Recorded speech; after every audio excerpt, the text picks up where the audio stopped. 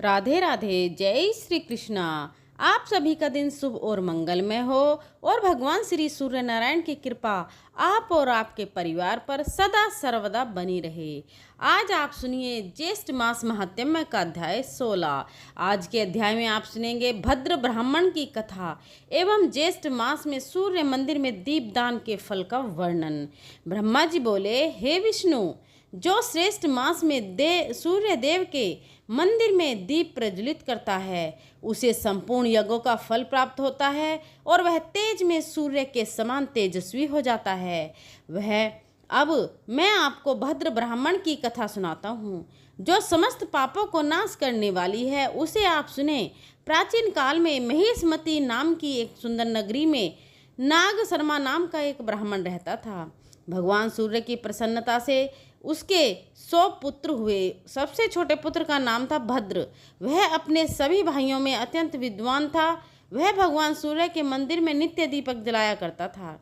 एक दिन उसके भाइयों ने उससे बड़े आदर से पूछा, भद्र, हम लोग देखते हैं तुम सूर्य भगवान को ना तो कभी पुष्प, धूप, नैवेद्य आदि अर्पण करते हो और ना कभी ब्राह्मण भोज कराते हो, केवल दिन रात मंदिर में जाकर दीप जलाते रहते हो। इसमें क्या कारण है, तुम हमें बताओ। अपने भाइयों की बात सुनकर भद्र ब्राह्मण बोला, भ्रातंग, इस विषय में आप लोग एक आख्यान सुने। प्राचीन काल में राजा इक्ष्वाकु के पुरोहित महर्षि वशिष्ठ थे। उन्होंने राजा इवाकुस से सरायू नदी के तट पर सूर्य भगवान का एक मंदिर बनवाया। वे वहां नित्य गंध, पुष्प आदि उपचारों से भक्तिपूर्वक भगवान सूर्य की पूजा करते और दीप प्रज्वलित करते थे। विशेषकर कार्तिक मास में भक्ति पूर्वक दीप उत्सव किया करते थे। तब मैं भी अनेक कुष्ठ आदि रोगों से पीड़ित होकर उसी मंदिर के पास पड़ा रहता और जो कुछ मिल जाता उसी से अपना पेट भरता। वहाँ के निवासी मुझे रोगी और दीनहीन जानकर मुझे भोजन दे देते थे। एक दिन मुझ में यह कुत्सित विचार आया कि मैं रात्रि के अंधकार में इस मंदिर में स्थित सूर्य नारायण के बहुमूल्य आभूषणों को चुरा लाऊं। ऐसा निश्चय कर मैं उन भोजकों की निद्रा की प्रतीक्षा करने लगा। जब वे भोजक सो गए, वह धीरे धीरे मंदिर में गया और वहां देखा कि दीपक बुझ चुका है। तब मैंने अग्नि जलाकर दीपक प्रज्वलित किया और उसमें घी डालकर प्रतिमा से आभूषण उतारने लगा। उसी समय वे देवपुत्र भोजक जग गए और वो मुझे हाथ में दीपक लिया देखकर पकड़ लिया। मैं भयभीत होकर विलाप कर उनके चरणों पर गिर पड़ा। दयावश उन्होंने मुझे छोड़ दिया, किंतु वहां घूमते हुए राजपुरुषों ने मुझे फिर बांध लिया और वे मुझसे पूछने लगे, अरे दुष्ट, तुम दीपक हाथ में लेकर मंदिर में क्या कर रहे होते? जल्दी बताओ। मैं अत्यंत भयभीत हो गया। उन राजपुरुषों के भय से तथा रोग से आक्रांत होने के कारण मंदिर में ही मेरे प्राण निकल गए। उसी समय सूर्य भगवान के गण मुझे विमान में बैठाकर सूर्य लोक ले गए और मैंने एक कल्प तक वहां सुख भोगा और फिर उत्तम कुल में जन्म लेकर आप सबका भाई बना। हे बंधुओं, यह ज्येष्ठ मास में भगवान सूर्य के मंदिर में दीपक जलाने का फल है। तथा यद्यपि मैंने दुष्ट बुद्धि से आभूषण चुराने की दृष्टि से मंदिर में दीपक जलाया था, फिर भी उसी के फलस्वरूप इस उत्तम ब्राह्मण कुल में मेरा जन्म हुआ तथा वेद शास्त्रों का मैंने अध्ययन किया और मुझे पूर्व जन्म की स्मृति हुई। इस प्रकार उत्तम फल मुझे प्राप्त हुआ। दुष्ट बुद्धि से भी घी द्वारा दीपक जलाने का एक ऐसा श्रेष्ठ फल देखकर मैं अब नित्य भगवान सूर्य के मंदिर में दीपक प्रज्वलित करता हूँ। भाइयों, मैंने ज्येष्ठ मास में यह दीपदान का संक्षेप में महात्म्य आप लोगों को सुनाया।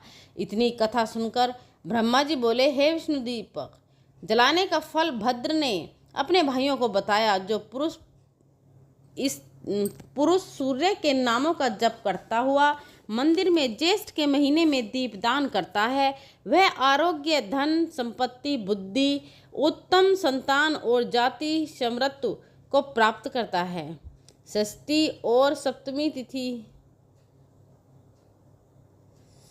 को जो प्रयत्न पूर्वक सूर्य मंदिर में दीप दान करता है वह उत्तम विमान में बैठकर सूर्य लोक को जाता है। इसलिए सूर्य भगवान के मंदिर में भक्ति पूर्वक दीप प्रज्वलित करना चाहिए। प्रज्वलित दीप को ना तो बुझाएं और ना उसका हरण करें। दीपक हरण करने वाला पुरुष अंध मूषक होता है। इस कारण कल्याण की इच्छा वाला पुरुष दीप प्रज्वलित करे और कभी उसका हरण न करे। अब जानिए यमदूत और नारकीय जीवों के संवाद के प्रसंग में सूर्य मंदिर में दीपदान करने एवं दीप चुराने के पुण्य पापों का परिणाम। ब्रह्मा जी बोले, एक समय घोर नरक में पड़े हुए भूखे अर्थ दुखी और विलाप करते हुए जीवों से यमदूत ने कहा, मूढ़ जनों तक अधिक विलाप करने से क्या लाभ होगा।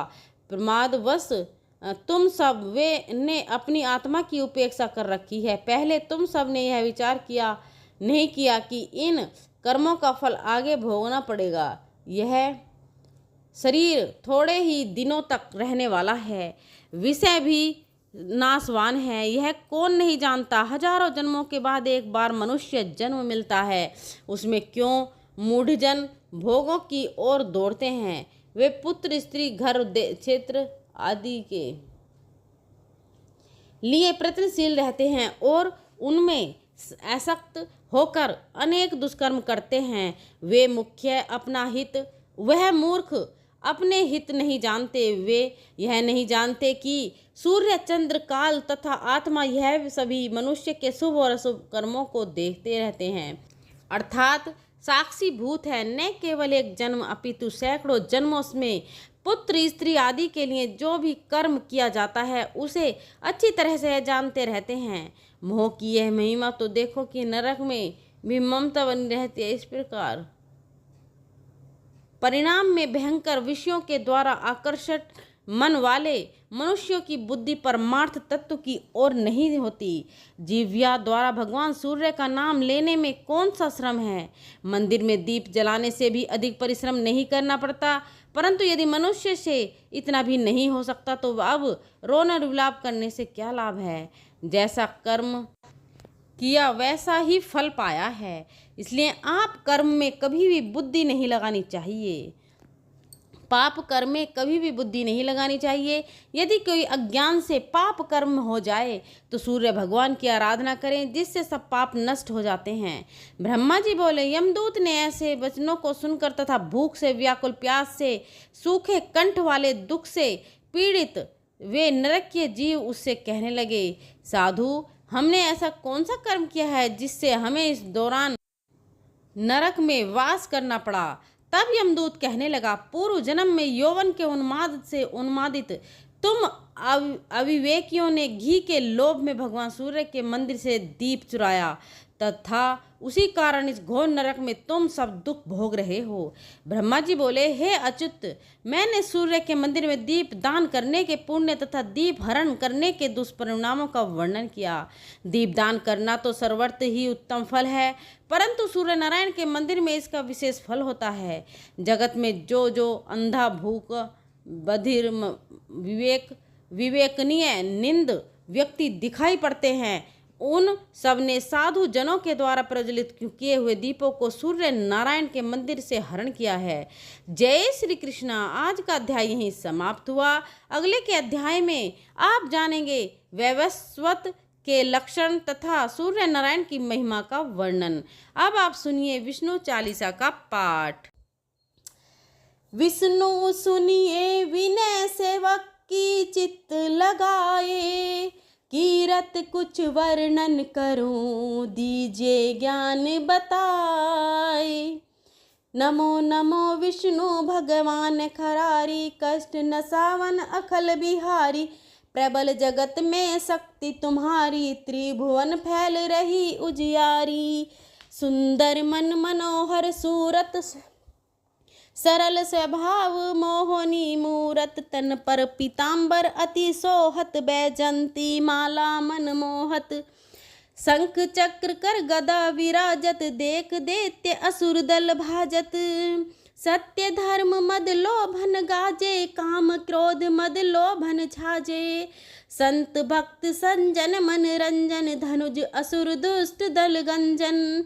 सुख उपजाए कष्ट सब भंजन, दोष मिटाए करत जन सज्जन। पाप काट भव सिंधु उतारण, कष्ट नाश कर भक्त उबारण। करत अनेक रूप प्रभु धारण, केवल आप भक्ति के कारण। धरणी धेनु बन तुम ही पुकारा, तब तुम रूप राम का धारा। भार उतार असुर दल मारा, रावण आदिक को संहारा। आप वराहा रूप बनाया, हिरण्याक्ष को मार गिराया। धर्मस्य तन सिंधु बनाया, चोह रतन को निकलाया। अमलिक असुरन द्वंद्व मचाया, रूप मोहिनी आप दिखाया। देवों को अमृत पान कराया, असुरन को छवि से बहलाया। कुकुर्म रूप धर सिंधु मजाया, मंदराचल गिरि तुरंत उठाया। शंकर का तुम फंद छुड़ाया, भस्मासुर को रूप दिखाया। वेदन को जब असुर डुबाया, कर प्रबंध उन्हें ढूंढवाया। मोहित बनकर खलय नचाया, उसी है कर भस्म कराया। असुर जलंधर अति बलदाई, शंकर से उनकी थी लड़ाई। आर पार शिव सकल बनाई, कीन सती से छल खल जाई। सुमरिन कीन तुम्हें शिवरानी, बतलाई सब विपत कहानी। तब तुम बने मुनीश्वर ज्ञानी, वृंदा की सब सूरत भुलानी। देख तीन धनुज सैतानी, वृंदा आए तुम्हें लपटानी। हो स्पर्श धर्म क्षतिहानि, हना असुर और शिव सैतानी। तुमने ध्रुव प्रहलाद उबारो, हिरण्याक्ष आदि खल को मारो। गणिका और अजामिल तारे, बहुत भक्त भव सिंधु उतारे। हरऊ सकल संताप हमारे, कृपा करऊ हर सिर जनहारे। देखऊ मैं निज दर्शन तुम्हारे, दीप बंधु भक्तन हितकारे। चाहता आपका सेवक दर्शन, करहु दया अपनी मधुसूदन। जानू नहीं योग्य सब पूजन, होए यज्ञ स्तुति अनुमोदन। शील दया संतोष सुलक्षण, विंदित नहीं व्रत बोध विलक्षण। करहु आपका किसी विधि पूजन, कुमति विलोक होत दुख भीषण। करहु प्रणाम कौन विधि सुमरण, कौन भांति में करहु समर्पण। सुरमुनि करत सदा शिवकाई, हर्षत रहत परम गति पाई। दीन दुखिन पर सदा सहाई, निज जन जान ले अपनाई। पाप दोष संताप नसायो, भव बंधन से मुक्त करायो। सुत संपत्ति दे सुख उपजायो, निज चरणन का दास बनायो। निगम सदा ये विनय सुनावे, पढ़े सुने सो जन सुख पावे। श्री विष्णु चालीसा समाप्त होता है। प्रेम से बोलिए भगवान विष्णु और माता लक्ष्मी की जय। भक्तों, आपको आज की कथा कैसी लगी कमेंट बॉक्स में ज़रूर बताएं। अगर आपको कथा पसंद आई हो तो अपनी फ्रेंड और फैमिली में शेयर करें और हमारे चैनल सुविचार विद रीना को सब्सक्राइब करें। हमारे चैनल पर रोज के दिन की कथाएं और जेठ मास का महात्म्य रोज प्रस्तुत हो रहा है, तो आप हमारे चैनल पर जाकर उन सबको सुन सकते हैं।